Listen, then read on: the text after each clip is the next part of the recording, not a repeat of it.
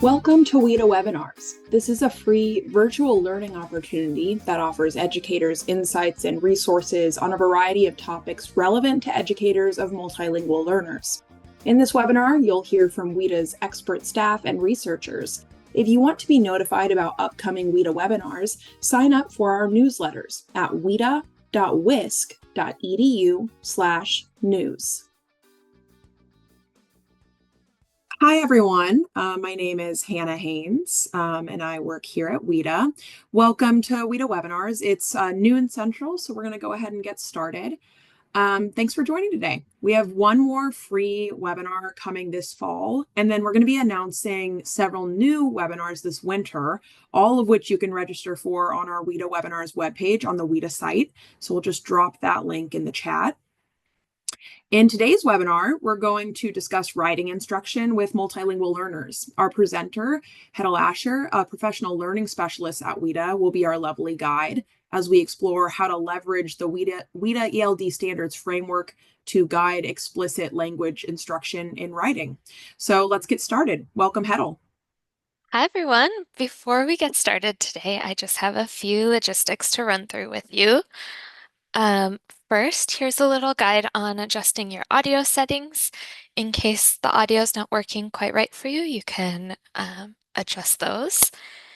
And I love seeing that everybody's saying hello in the chat box.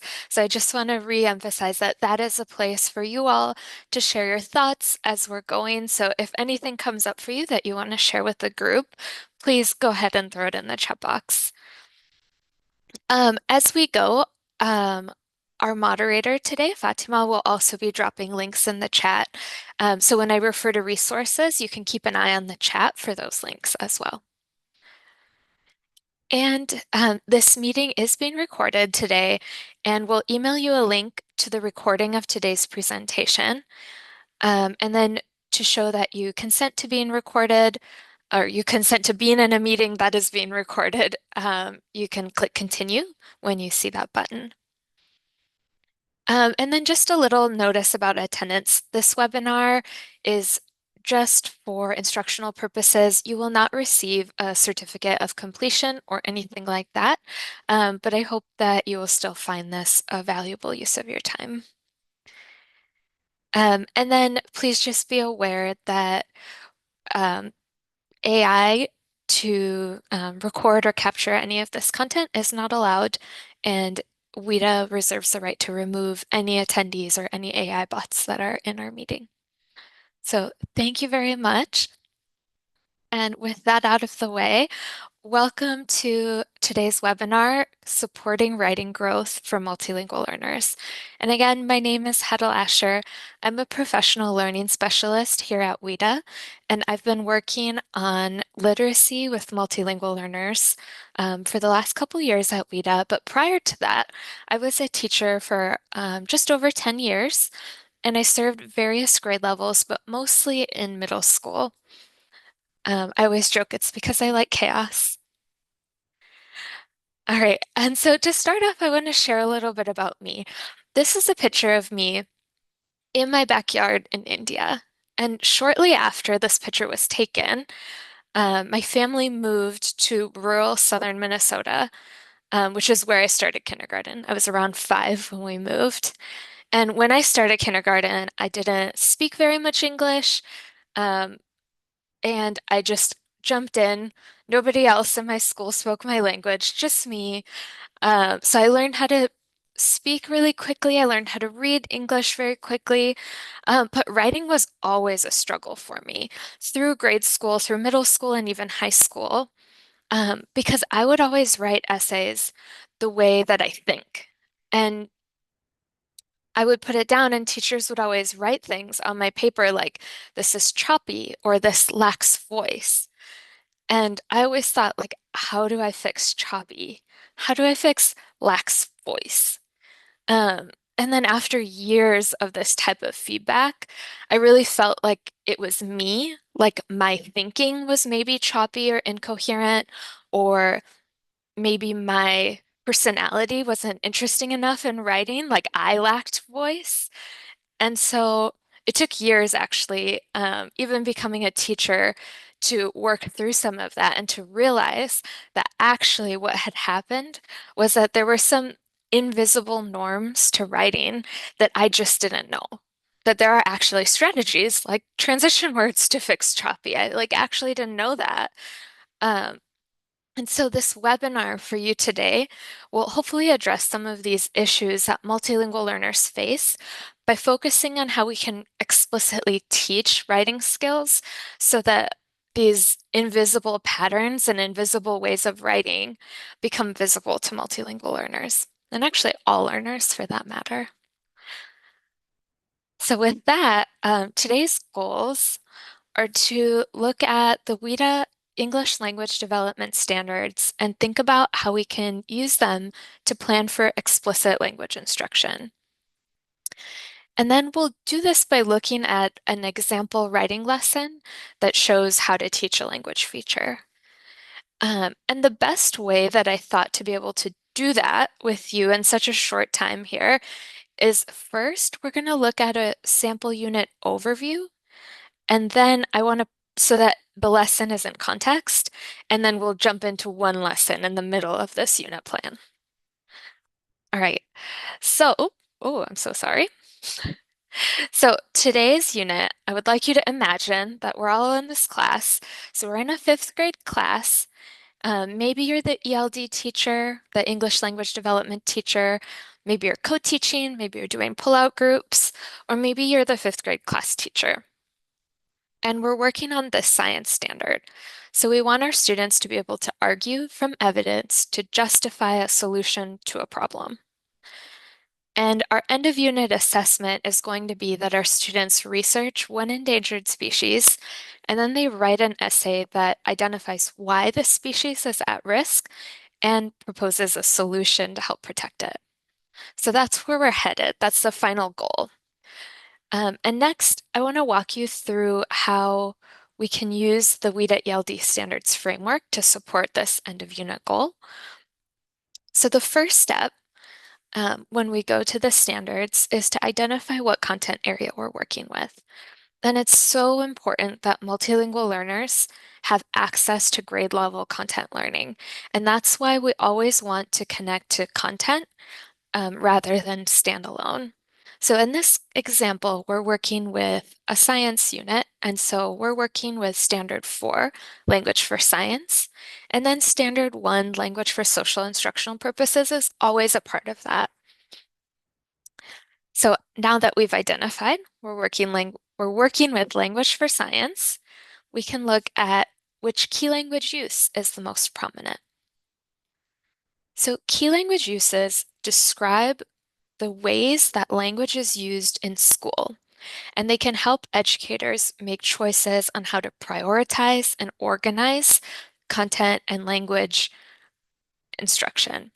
So after you identify which content you're working with, identifying the most prominent key language use is the next step. So let's take a look. I also want to mention that these ways of using language are represented as overlapping circles because they do overlap. And so sometimes it is a little tricky to think, well, is this explain or is it argue or is it somewhere in between? But we do recommend that we just pick one because that can give our unit focus and it can help you better find which language is most useful for your students to learn. So let's take a look at our unit and see if we can identify our unit's most prominent key language use. So I'm going to give you a second and go ahead and share in the chat which one you think it is. Is it narrate, inform, explain, or argue?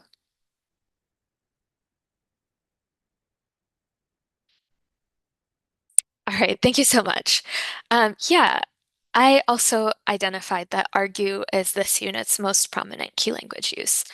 I did wonder about explain too, because in the essay, in identifying why the species is at risk, it might require a little explanation.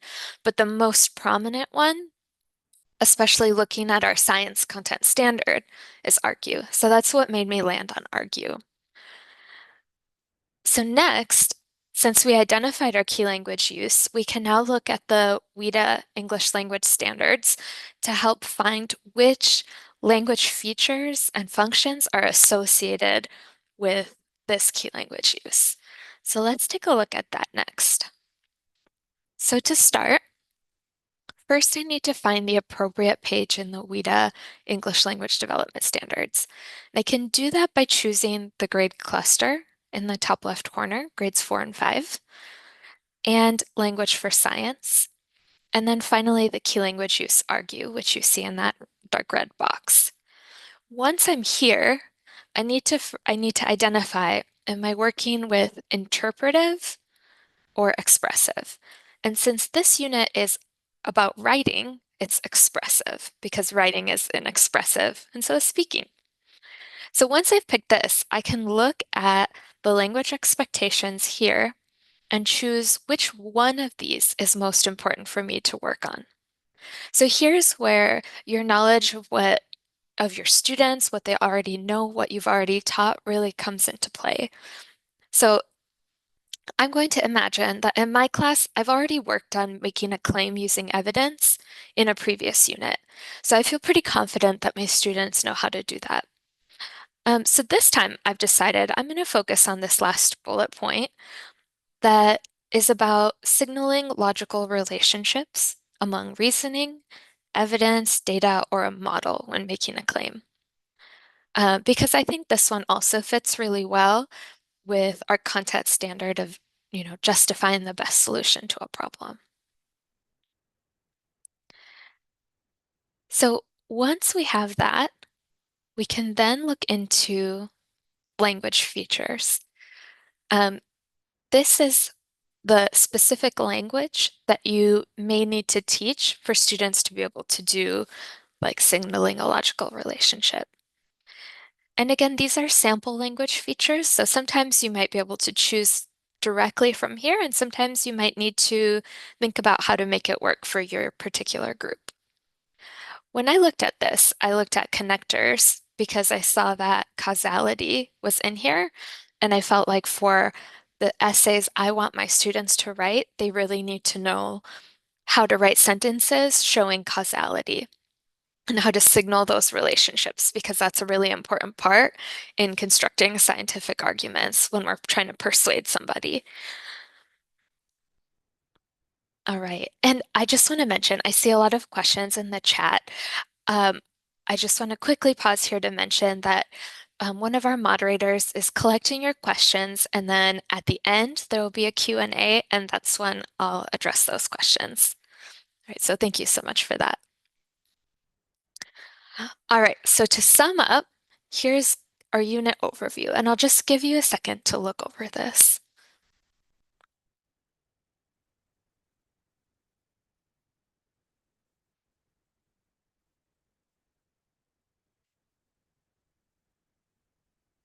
And for this example, I've just selected one language feature, which is a great place to start. If you've never used the English language development standards, one language feature is enough. That's a good step.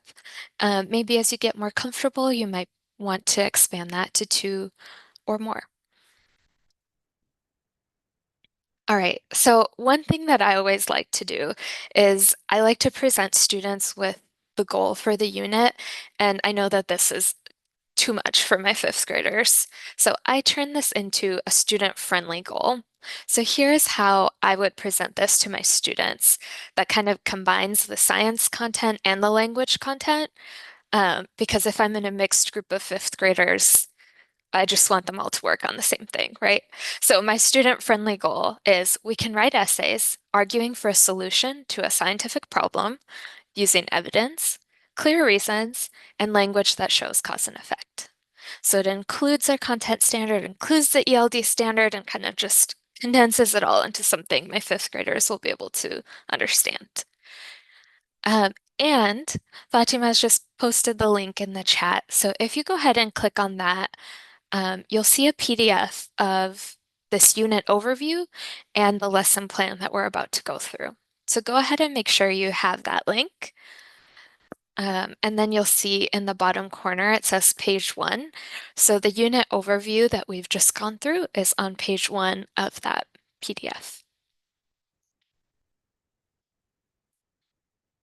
All right. So one really effective framework for scaffolding writing is called the teaching and learning cycle. This model was originally developed in Australia, but it's also used in the United States. And what is really amazing about this model of teaching writing is that it focuses on building the language students need to be able to write in different text types. And when I was teaching middle school, this model really changed my practice. So I'm so excited to share it with you all today. And I do actually want to make that plug that if you're here as like a high school or a middle school teacher and you think, oh, this is elementary school, it still works. It works really well in the middle school and the high school. So there are 5 stages in the teaching and learning cycle, and some of these may already be really familiar to you. So the first one we have is building the field. Oops, sorry. The first one we have is building the field. And in building the field, we work with students to develop background knowledge, key vocabulary, conceptual understanding that they need to engage in the topic. This is important for all students because in order to be able to write about something, you have to really know about it first, right? And especially for multilingual learners, this phase is vital. So in this phase, we build those deep wells of knowledge. And after that, um, you might do something called exploring the language of a text type. You may have heard it called deconstruction or modeling, something like that. And this is the phase where the invisible becomes visible in terms of language. We show students what a high quality example of that target text or that end text looks like, and we analyze it together. We might look at multiple examples.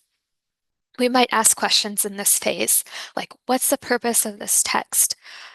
What kind of language is being used? How's the author structuring an argument? And this stage illuminates to students the patterns and expectations in academic writing in whatever text type you're working on, whether it's arguments, narratives, explanations, or whichever type of writing you're working on. Then we move to joint construction, and this is where, and you might know it as shared writing, but this is where we write together as a class. So the teacher is a guide, co-writing the text while eliciting ideas from the students. And you can think of it as training wheels for writing. They get to practice, but they're not going solo yet. They have a lot of help. They're doing it together with you. And then you arrive at independent construction. The training wheels come off, or maybe one comes off, right? And the students are ready to start writing more independently, and they've built the knowledge, they've seen examples and practiced. So at this point, they can write more independently, and then we can engage in reflection and revising because we know that's what good writers always do. So before we move on, I'd like you to just take a moment to think about your own teaching practice. Where do you see elements of this cycle already happening? And what are you maybe more excited to, or what are you excited to learn about, or where might you see opportunities?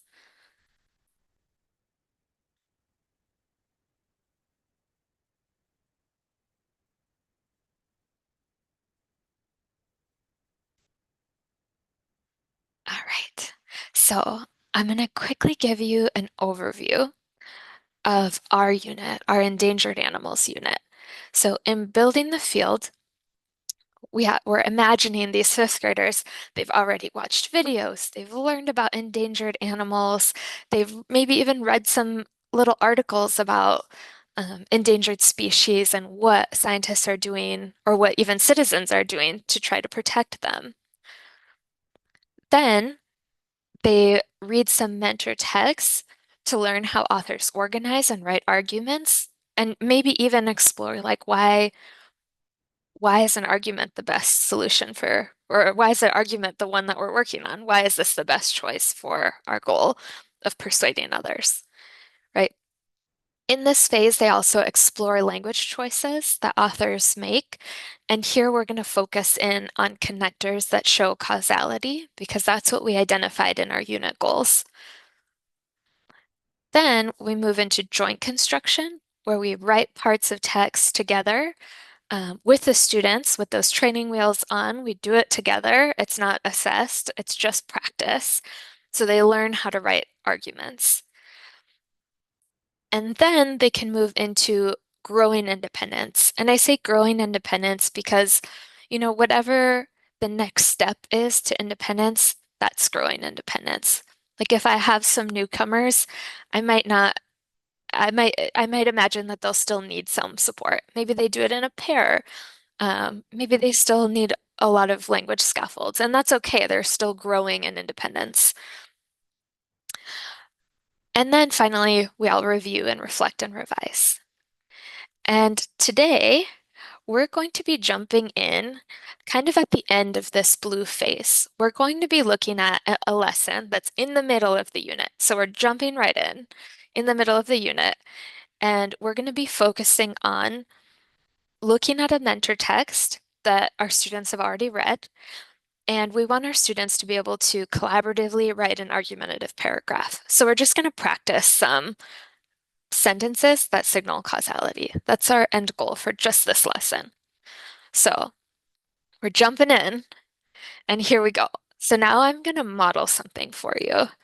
And again, our goal in this lesson is to explore a text that students have already read, to learn how authors um, make arguments, and they do that by using connectors that show cause and effect. So I might say something to my students like, yesterday we spent a lot of time learning all about manatees, including their habitats and the threats they face to survival. And we also talked a lot about cause and effect. So today we're going to go back to one text that we already read, and we're going to look more carefully at how this author is showing cause and effect. And I want to really have us look carefully at this example because we can learn from this writer about how we might organize our own sentences and how we might choose the best words for what we want to say. So let's look at this together. We already know that our topic sentence is one big threat to manatees is boat strikes. So this sentence doesn't have a cause and effect. It just says the topic. It just identifies that main threat. So let's look at the next sentence. According to the World Wildlife Fund, boat strikes are one of the most common causes of manatee deaths. Do we see any cause and effect here? I think we do, right? So we see boat strikes, and the effect of these boat strikes is manatee deaths. And the writer uses the phrase, one of the most common causes, to help us understand what the cause is. Let's take a look at the next couple sentences. Manatees swim slowly and often near the surface of the water. As a result, they can get hit by fast boats or caught in the boat's propellers. And again, we see here cause and effect, right?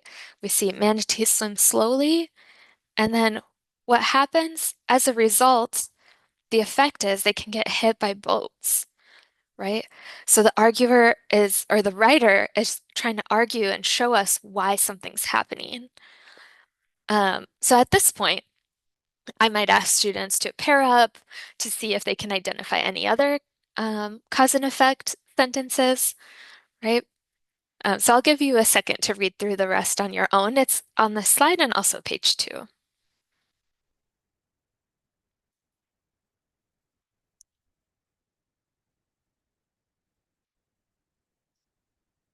So there's one more cause and effect sentence that you might have caught. When manatees are hit by boats, they experience pain, right? So these are 3 phrases or structures that I want my students to remember and be able to use.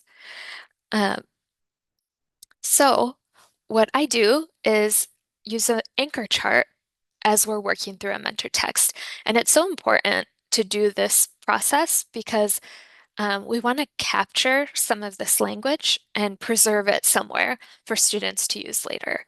And I always like to do this with students and in front of them, like maybe on some chart paper, maybe on the board, or maybe on like a shared Google Doc, because we want this chart to become a shared resource, something that the students feel like they have ownership over. And so the anchor chart I've made for you here is just one example. You might adjust this for your own group, like maybe you add visuals. If you have newcomers that are really confident in their home language, maybe you add their home language examples to the anchor chart.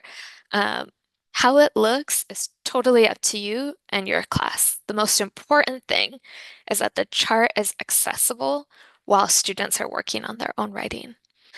Um, and before we expect them to use it independently, we need to show them what it looks like. So we practice using the anchor chart as a group. Because when students see how to use a tool like this, they'll be better able to use it independently. And I do want to add that in my own classroom, I often use different colors to make parts of the sentence stand out. But for accessibility purposes, it's here in mostly black and white for you all. And it's on page 3 of that PDF that Fatima put in the chat box. So you have this. So before we do the second half of our lesson, I want just to take a quick little break and hear from a teacher, Miss Marina Hadeen. Marina teaches at a K-7 school in Michigan, and she's going to share a little bit about explicit language teaching and writing and what that means to her and her teaching practice. So you can hear from someone besides just me. So it's about 2.5 minutes. Go ahead and click on that link in the chat, and then when you're done, you can share your takeaways in the chat box.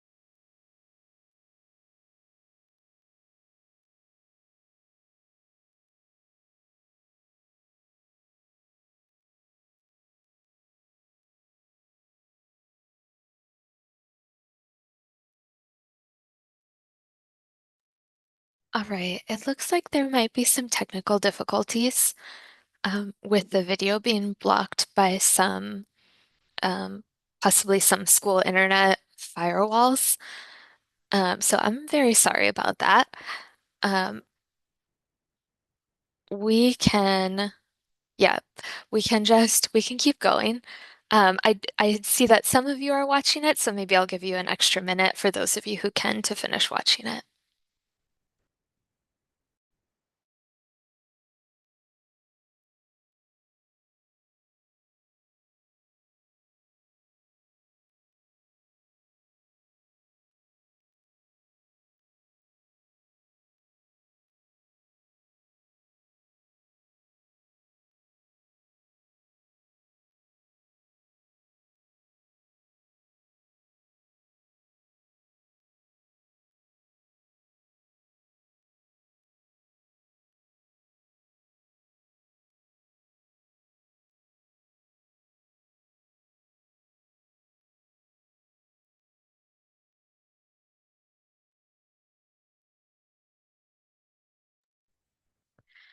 All right.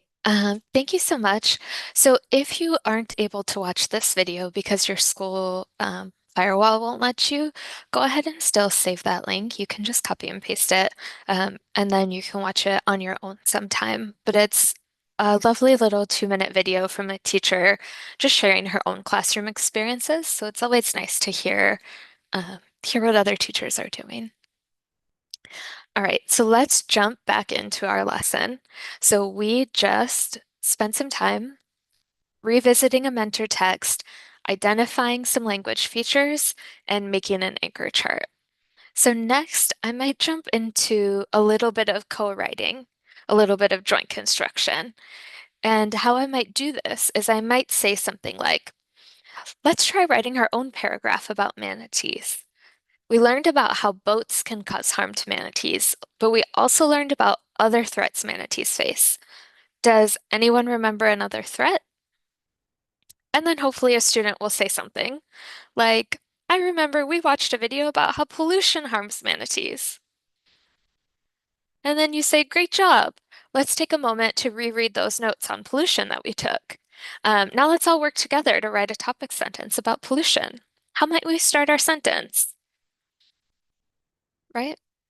So let's imagine we came up with this sentence as a group. Pollution is another major threat to manatee survival. Right? And then we look at our notes and we have a piece of evidence like this that we collected together. All right. And this type of evidence, you might adjust it based on your students, based on what you know they can read independently or what you know they can work on. So this is just one example. You would definitely need to adjust this for your own class. So we have a topic sentence, and now we want to write a sentence that could go next. So if I was in a class, I might give them like mini whiteboards and break them up into pairs and ask them, write one sentence that you think could go next. I want you to use the anchor chart to help you. And for you all, it's on page 3 of the packet. And then when you're done, I'd like you to share a sentence in the chat box. All right. Let me, Fatima, I wonder if we could get the link to the PDF again. Please. Thank you. So what I'd like you all to do now is think about again the directions in this um, blue box. Write a sentence that could go next after this topic sentence, and use the anchor chart on page 3 to help you structure your sentence, and then share your sentence in the chat box. So I'll give you maybe 3 or 4 minutes to do that.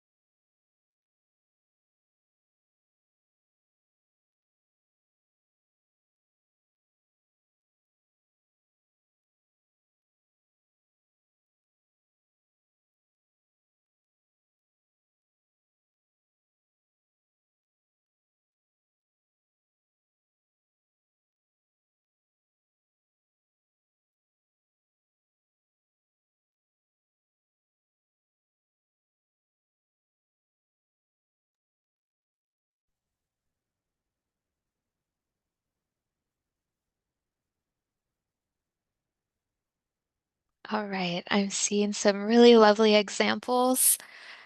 Um, Pollution. Oh, it's really hard to read the examples because they keep going, but I hope you can scroll through and read them.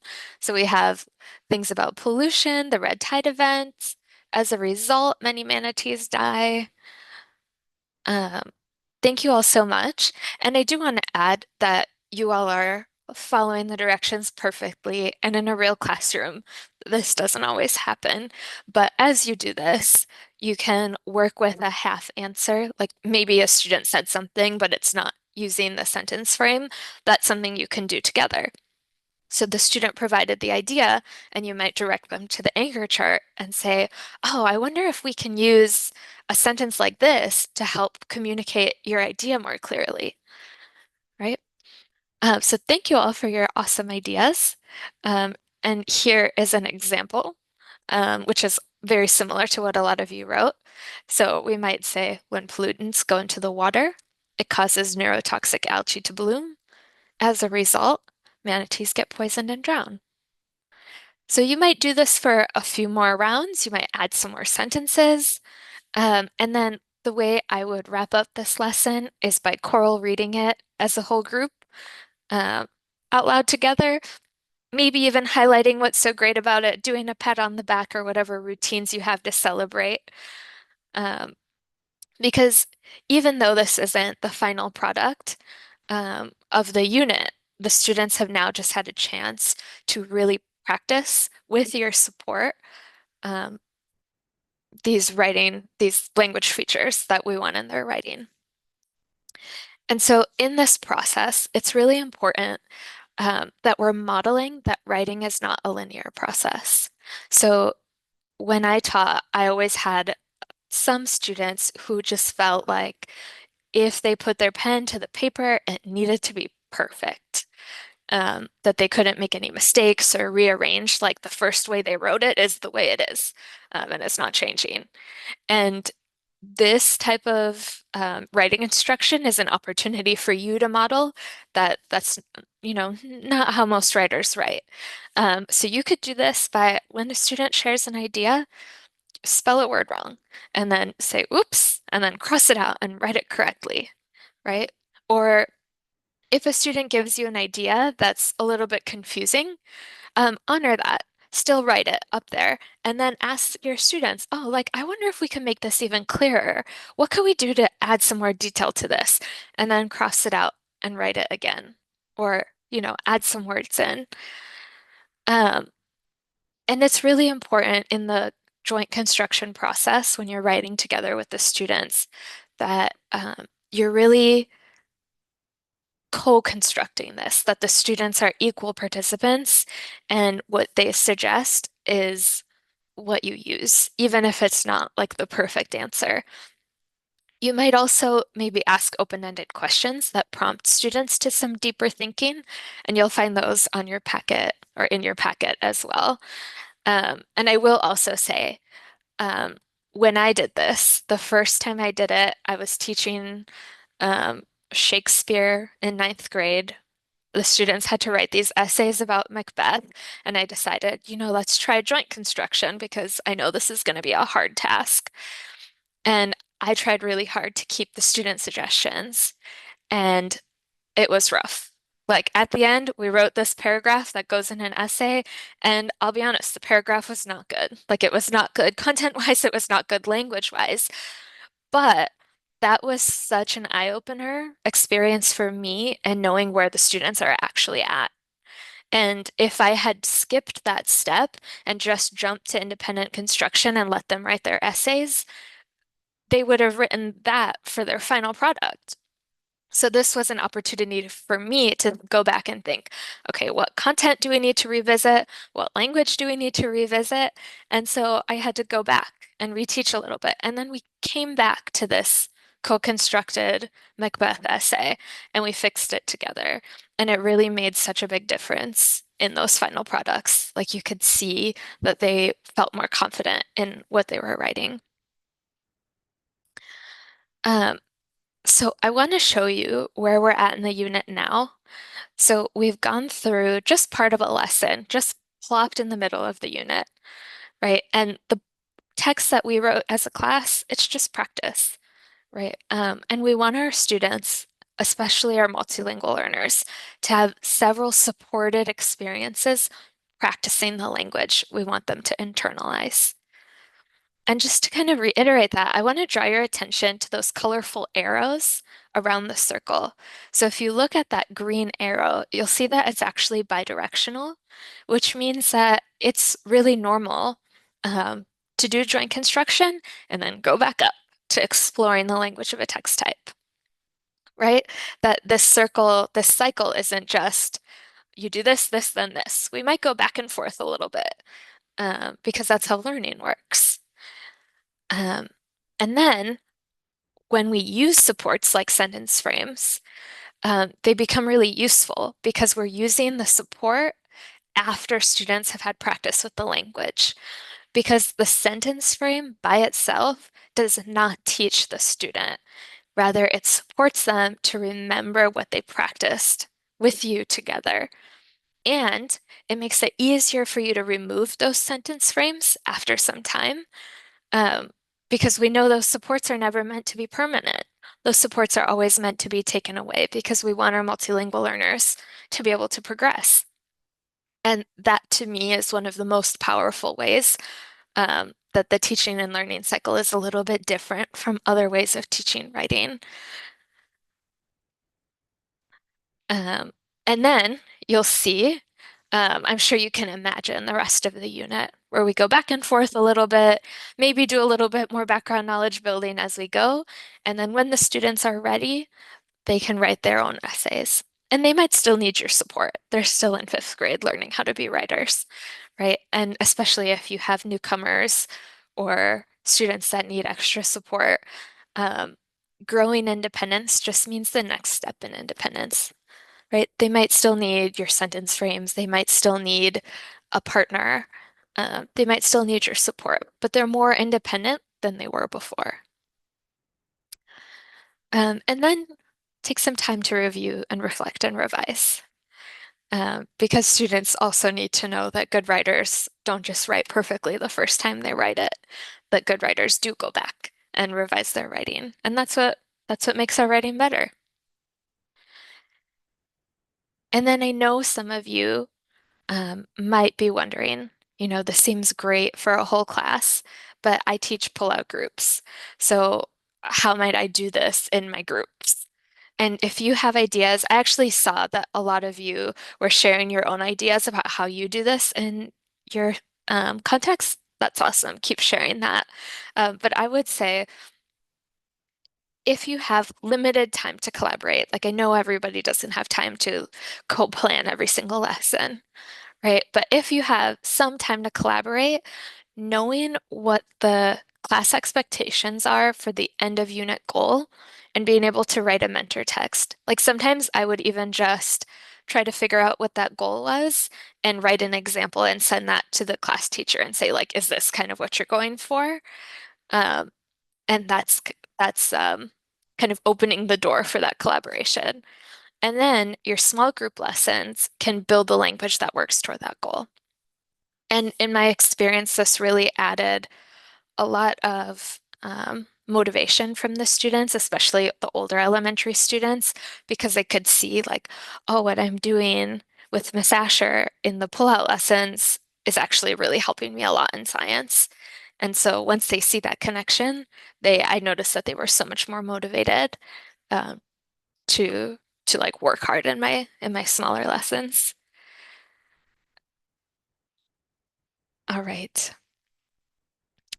And then I know some of you have been asking about like, well, where did you get this from? What are these resources? So I want to share with you a few resources that I use to build the content that I shared with you today. So this resource, Scaffolding Writing Through the Teaching and Learning Cycle by Pamela Speecher, is a free resource. And it's actually the one I read, which made me try joint construction in the first place. It's great to read with a team or a PLC or a department because it contains some of the theory and it also has a lot of practical ideas and really practical strategies and activities that you can do with your class. And it works for any grade level.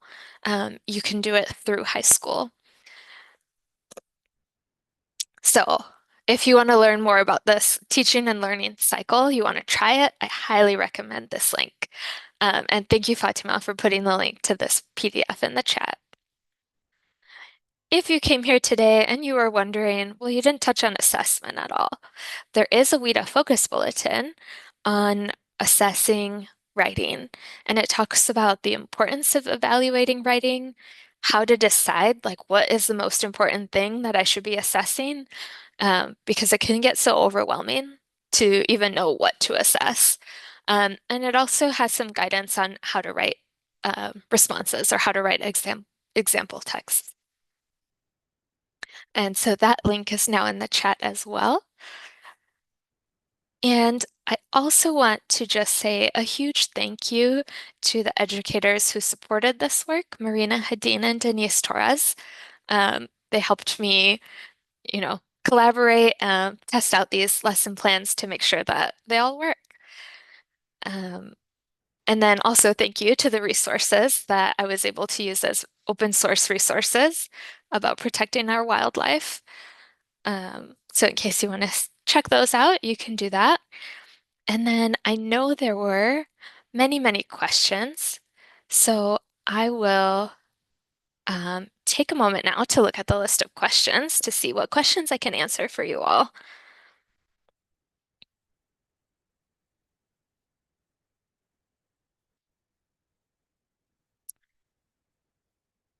All right. So, there are so many questions. Okay. All right. So there was a question about interpretive versus expressive. So the interpretive expectations are for reading, listening, and viewing. So it's like kind of if you imagine like what's going in, what you have to interpret, or what the students interpret, and then expressive is for writing, speaking, um, creating. And the reason, so in this lesson, students, of course, had to do some reading too. And so it doesn't mean like if I pick an expressive, the students will never read. It just means that the end goal that I'm assessing will be writing because those essays are that final thing, that goal. And that's what made me pick expressive. I see there's also a question about um, oh, can it be used for any content area? Absolutely. Any content area teacher can use the teaching and learning cycle. I've seen it, and they don't have to use the whole entire thing either. Um, for about a year, I was coaching part-time, like instructional coaching, and I worked with a high school group of biology teachers, and they found like just joint construction, just co-writing with the students to be a really helpful practice. So they didn't need to go through the whole teaching and learning cycle. They just needed to learn how to do joint construction because it's not really a practice we do in high school very often, at least not in my experience. Right. And then I did see a lot of questions about newcomers and what this might look like for students brand new to the country, just acquiring English. I think this teaching and learning cycle is also really powerful for newcomers. You might have to do a lot more adjusting, a lot more um, explicit instruction when it comes to like the language features you're trying to teach. So in my example, we were working on cause and effect language, and the features that I picked or the words I picked were things like as a result or consequently. But if you're with newcomers, you might pick different words that um, maybe would be easier for them at that stage. Like maybe they learn words like so and because. In my example, I am imagining that my students already know that. So that's really where that comes into play. Um, and you might also think about like how carefully you co-construct. Like maybe you just co-construct a sentence with your class. Like maybe you do a sentence frame and you co-construct using a sentence frame. So you can break it down in different ways to help different groups of students. But it's also very important that newcomers still are working towards content goals. So even though you have newcomers, they're still working on endangered species and writing arguments about endangered species. They're not working on a different goal because um, what's going on in their minds is still the same as their peers, right? They can still think about arguments and they can still think about endangered species. They just need some support with how to write about it in English. It- you might also think about how to leverage what they know in their home language or their home countries. Like my students came to my classroom already knowing a lot about nature. and about the animals that are around. And they had a lot of knowledge about like, oh yeah, this animal, there used to be a lot of them, but because of overhunting, they decreased or because of this and that. So you might be able to draw on what they already know too. All right. Let me keep looking at your questions. Um, oh, this is a good one. Where to find mentor texts? So you might find mentor texts um, from your curriculum, like maybe your curriculum comes with them. You might find them online as you look for resources.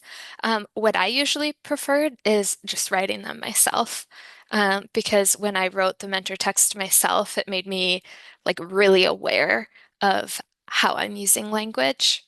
And it's a really good team exercise too. So when I worked with that team of biology teachers I told you about, one thing that I asked everybody to do as a group is just write the paragraph about eutrophication that you want your students to write. And then you can look at that paragraph and say, okay, like what are the, like what's needed from the students to be able to write this paragraph. All right. All right. I think we will pause there. Um, I just want to please ask everybody if you could scan this QR code or click on the link to take a quick survey about this webinar. I would love your feedback. And we use your feedback to inform upcoming webinars. So if there's a topic you really want that wasn't addressed, please let us know because we want to meet your needs. We want to talk about the things you want to hear about. So go ahead and scan that QR code to take this quick survey.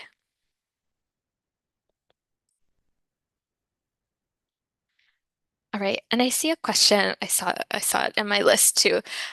So grammar conventions in the cycle are addressed through the way we use them.